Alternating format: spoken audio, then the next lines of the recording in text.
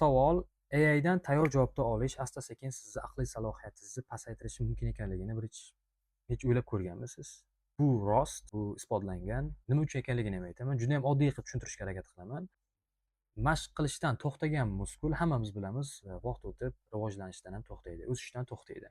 Har safar AI sizni o'rningizga o'ylaganda bilingki, siz miyangiz uchun kerak bo'ladigan, ya'ni o'sishi uchun kerak bo'ladigan bitta mashqni o'tkazib yubordingiz degani. Bu narsa boshida bilinmaydi, ko'pchiligimiz mana shunaqa qilamiz, lekin hech kimga bilinmaydi, e'tibor ham bermaymiz, lekin bilingki, bu narsa vaqt o'tib sizga qimmatga tushadi.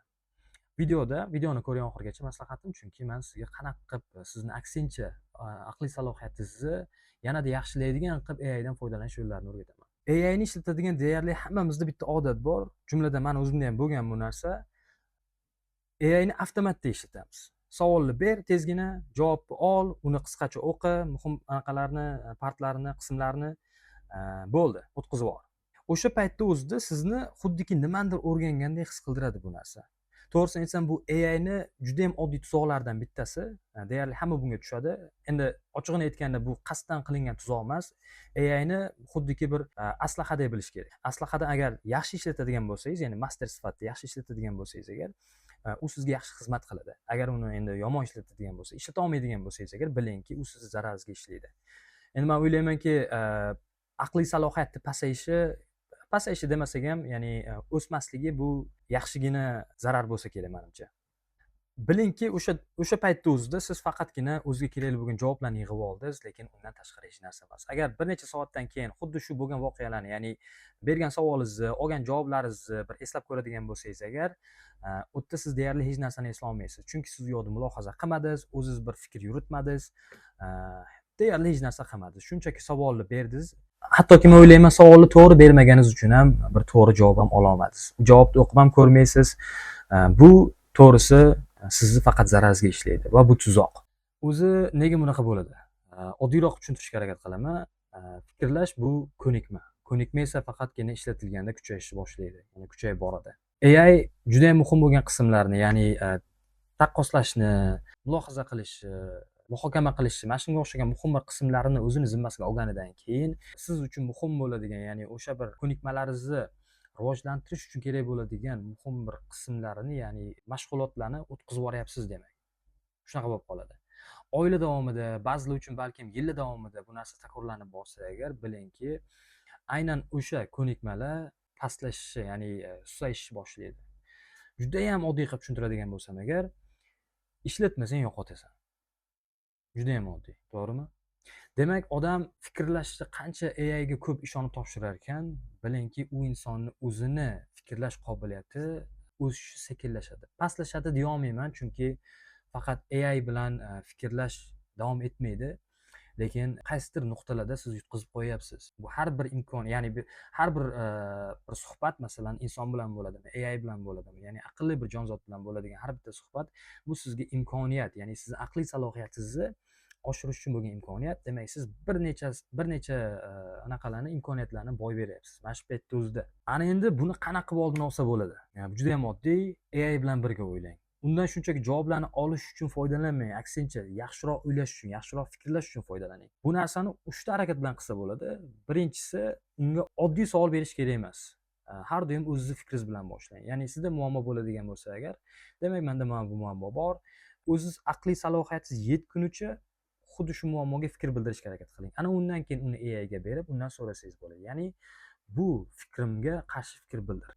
Ikkinchisi, AIni siz bilan bahslashga majbur qiling. Shunchaki men bilan bahslash desangiz ham, masalan, muammo va yechimni berganingizdan, o'z fikrlaringizni bayon etganingizdan keyin unga shunchaki men bilan bahslash, mana shu narsani, mana shu javobni teskari tomonini anaqa bergin, taqqoslab bergin yo bo'lmasam asoslab bergin desangiz ham, u sizga yetarlicha informatsiya bera oladi. Uchinchisi, AIdan shunchaki nima ekanligini emas, aksincha nega ekanligini so'raganingiz yaxshiroq.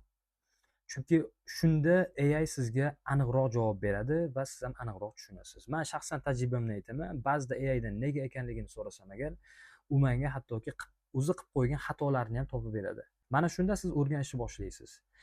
Videoni oxirida men sizlarga bitta prompt beraman. Promptni qayerga joylashni ham aytaman. Keyin xuddi shu narsadan keyin to'g'risi sizni ChatGPT xohlasanglar masalan ChatGPT, kimdir Claude ishlatadi, kimdir Grok ishlatadi, kimdir Gemini, hamma har xil. Man chin dildan ishonaman, mana shu mehnat arziydi. Agar rostdan mana shu narsalarni qiladigan bo'lsanglar, agar har bir soniyasi arziydi.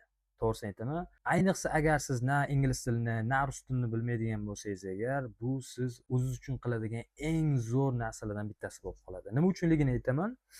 Chunki hammamiz bilamiz, shu paytgacha, mana 2 yil oldingi vaqtda aytadigan bo'lsam, shu paytgacha har doim eng zo'r ma'lumotlar dunyoga, ya'ni tillarga teng bo'ladigan ma'lumotlarning hammasi ingliz tilida bo'lgan. Ya'ni ingliz olimlari tomonidan, kashfiyotchilar tomonidan, ya'ni o'sha avtorlar tomonidan yozilgan. Har doim shunaqa bo'lgan.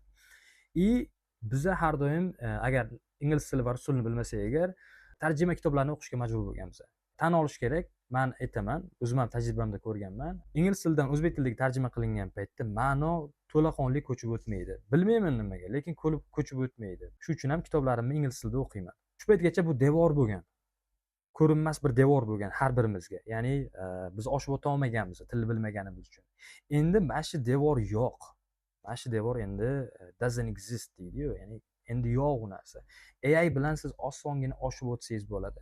Men chin dildan xohlardim siz oshib o'ting AI ning yordamida, AI dan foydalangan holatda. Ya'ni boya aytganimda AI bu bir aslaha bo'ladigan bo'lsa agar, master undan juda ham zo'r foydalanadigan bo'lsa, aslaha u masterga yaxshi xizmat qiladi. Men xohlamagan bo'lardim AI sizni o'rningizga oshib o'tishini. Bu o'ylayman o'ziga qiladigan eng katta yomonliklarning bittasi bo'ladi. Agar shu narsalarni erinmasdan qiladigan bo'lsanglar, agar ChatGPTmi, Claude'mi boshqasini ishlatayotgan paytda ikki narsaga ega bo'lasizlar. Birinchisi dunyoga teng bo'lgan, tillarga teng bo'lgan g'oyalarga ega bo'lasizlar. Ikkinchisi juda ham kuchli aqliy salohiyatga ega bo'lasizlar. Mana shu ikki narsa bu sizlarning yutuqinglar bo'ladi. Xo'sh, ana endi boya sizlarga aytgan promptim haqida gaplashsak bo'ladi. Mana prompt buni Google Docsga save qilib qo'yganman, ya'ni saqlab qo'yganman. Buni linkini xohlagan odam buni linkiga aksess ya'ni foydalansa bo'ladi. Buni linkini men pastda videoni pastda qo'yaman. Link ustiga bosib shunchaki borib mana shuni copy qilsanglar bo'ldi. Ya'ni copy qilib, xo'sh ko'rsatib beraman o'zim. Shuni copy qilib ChatGPT ga borasizlar. Projects degan, mana bitta projects degan anaqasi bor, qismi bor. Yangi project qilamiz. Xo'sh, new keling uni thinking partner deylik. Thinking partner ya'ni o'ylovchi do'st qisqacha qilib aytganda. Xo'sh, mana bu 3 ta nuqtaga boramiz. Settings ga boramiz. Instructions joyida prompt qo'yamiz. Bo'ldi. Buni ham saqlab qo'ysak agar, bo'ldi, tayyor. Mana shu proyekt bundan buyog'iga sizlarga xuddi shu berilgan promptga qarab respond qiladi, ya'ni javob qaytaradi. To'g'ridan to'g'ri aytganda juda ham aqlli qiladi bu proyektni. Ya'ni mana shu joyga qo'yilgan har bitta savol, har bitta muammo, berilgan har bitta muammo yo savol to'g'risi boshqacha olib boriladi ChatGPT tomonidan. Ya'ni sizlarga savol beradi kerak bo'lsa, javobinglarni birinchi javob berishdan oldin kerak bo'lsa bir ikkita ideyalarni aylantirishga harakat qiladi, muhokama qilishga harakat qiladi, nega ekanligini sizlarga aytib beradi. Foydalaninglar maslahatim. Foydalaninglar. U kimdadir ishi bor, kimdadir o'qishi bor, kimdadir boshqa ijod qiladi. Men o'ylaymanki ko'pchilikka foydasi tegadi. Qanaqadir bir kamchiligi bo'ladigan bo'lsa, kommentlarda yozib qo'yinglar. Men обязательно buni to'g'rilab qaytadan post qilaman. O'ylaymanki video yoqdi. Maslahatim kanalga obuna bo'linglar, chunki bundan buyog'iga xudo xolasa bundan ham qiziqroq bo'ladigan, sizlarga foydasi tegadigan videolarni qo'yishga harakat qilaman. Rahmat e'tiboringiz uchun.